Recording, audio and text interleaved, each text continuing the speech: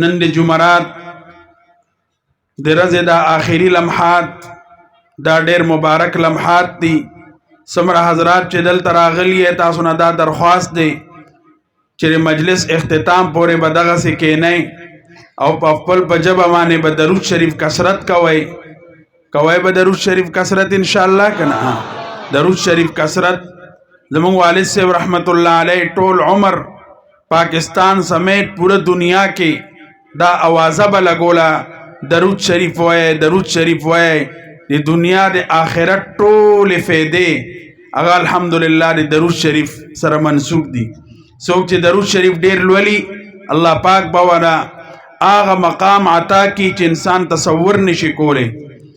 را روانه چې کومه شپه ده شب جمعه چې ورته وي رسول الله صلی الله علیه وسلم صحابه کرامو په مجلس کې به واز فرمایي چې زما صحابه کرامو زما غلامانو را روانه چې کومه شپه ده دا د جمعه مبارکه شپه هغې طرف ته به اشاره فرمایله چې ما باندې روښانه شپه او روښانه رز کثرت سره به درود شریف لولئ. کومه شپه؟ روښانه شپه او روښانه رز په ما باندې کثرت سره درود شریف لولئ. صحابه به عرض وکړه یا رسول الله صلی الله علیه وسلم ښه په اوچت اواز سره ووایئ نور اوچت اواز سره ووایئ. اوس یې خوند وکړه.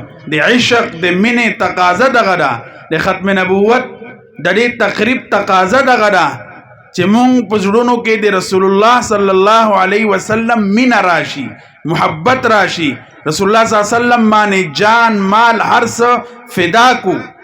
نو دا به اله حاصلیږي چې مونږ کثرت سره درود شریف لولو او د رسول الله صلی الله علیه وسلم په طریقو مطابق خپل زندگی تیر کو. د دې ختم نبوت دا سبق دا دی، د دې مجلس نن سبق دغه دی چې زمونږ په ژبه درود شریف راشي او زمونږ په مخونو باندې ګیري راشي او زمونږ هر عمل هغه د رسول الله صلی الله علیه وسلم د سنتونو د زندګۍ مطابق وي، الله به انشاءالله کامیابی وي. نو صحابه عرض وکړه هغه عاشقانو الحمدلله دا نن چې موږ ته څومره دین را رسېدلی دی، قرآن لس بلس محفوظ را رسېدلی دی، حدیث مبارکه محفوظ را رسېدلی دی. الحمدلله د ختم نبوت دا عظیم عنوان مونږ ته را رسېدلی دی. د دې تحفظ به څنګه کوو دا مونږ ته صحابه کرامو هر څه ښودلي دي. نو صحابه ډېر عاشقانو او به صرف خبرې نه کولې خولې نه، هغو به عمل کو. اصل شی دی عمل کول. نن مونږ خبرې ډېرې کوو او عمل نه کوو. زما خوږو خپل زندګو کې عمل راولئ. زمونږ د شیخ الحدیث مولانا زکریا رحمت الله علیه به همیشه فرمایل پیارو باتیں کم کرو، باتیں تھوڑی کرو، عمل زیادہ کرو. اصل شی عمل دے. اللہ دے مونږ ته عمل نصیب کی. نو صحابه عرض وکړه یا رسول الله صلی الله علیه وسلم روخان شپینا او روخان رزنا څه مراد دي؟ رسول الله صلی الله علیه وسلم ورته فرمایل د جمعه مبارک شپه او د جمعه مبارک رز دیته ما روخان شپه او روخان رز ویلی دي.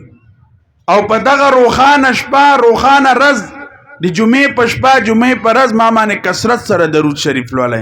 سبحان الله.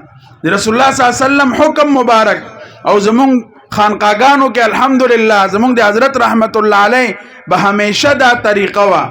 هلته د الاباد راولپنډۍ خانقاه کې، اسلام آباد خانقاه کې، لا نورو علاقو کې به مزونه پړاول. دنیا کم ملکونو کې به چې د مازدیګر او د ماښام مز به پړاوو.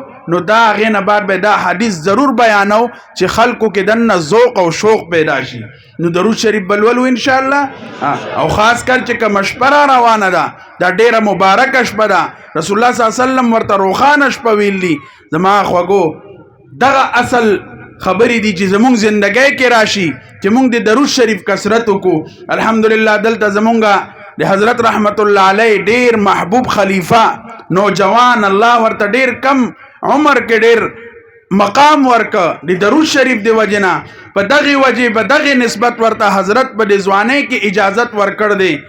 زمونږ حضرت مولانا قاری سید الله صاحب دامت برکاتهم الحمدلله په دې یو کال کې یو جلسې نه تر بلې جلسې پورې دا یو څو ورځې مخکې جلسه وه الحمدلله لسټ راړو په یو کال کې حلقې صرف د پېښور د اطرافو تقریبا 11 ارب زله درود شریف لوستل الحمدلله 11 ارب خلق به سوچ کی چې دا څنګه کې دی شي دنیا لپاره انسان څنګه منډي وي دنیا یو لمحه حاصلولو لپاره مال او متاع حاصلولو لپاره انسان سکی لګیا دی او لګ خپل په جبه درود شریف راولا نو زندگی به بدل شي نو الحمدلله په یو کال کې دا صرف د پېښور د مختصر علاقې قاری سید الله صاحب حلقه 11 ارب زله درود شریف لوستل الحمدلله او په دې ربیع الاول کې او اسی هم روزانه مونږ ته چې یومیه پاکستان سمیت دنیا برنا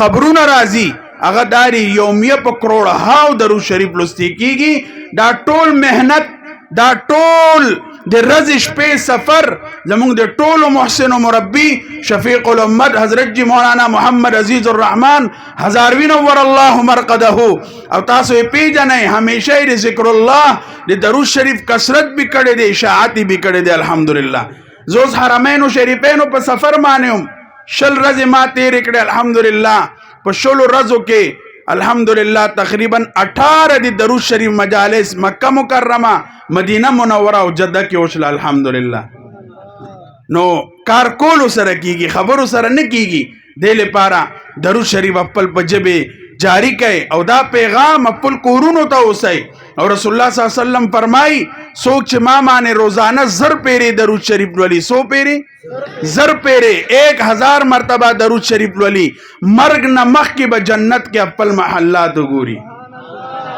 زمونږ د دې سلسله مشر د فضائل اعمال مصنف حضرت شیخ الحدیث مولانا محمد زکریا رحمت الله علیه چې زمونږ د والد صاحب رحمت الله علیه پیر او مرشدو هغه چې کوم ځای کې فضائل اعمال لیکل دي تبلیغی نصابی لیکل دي هغه ور سره فضائل ذکر الله فضائل درود شریف او موت کی یاد کتابم لیکل دي علما او طلباء نه خاص طور معنی او عام طور معنی عوامو نه زما درخواست دي چې هغه ضرور مطالعه وکړي باغی عمل وکړي خپل اکابر کتب لولئ نو ان شاء الله مونږ کې بدن عشق راشي شوق او محبت براشي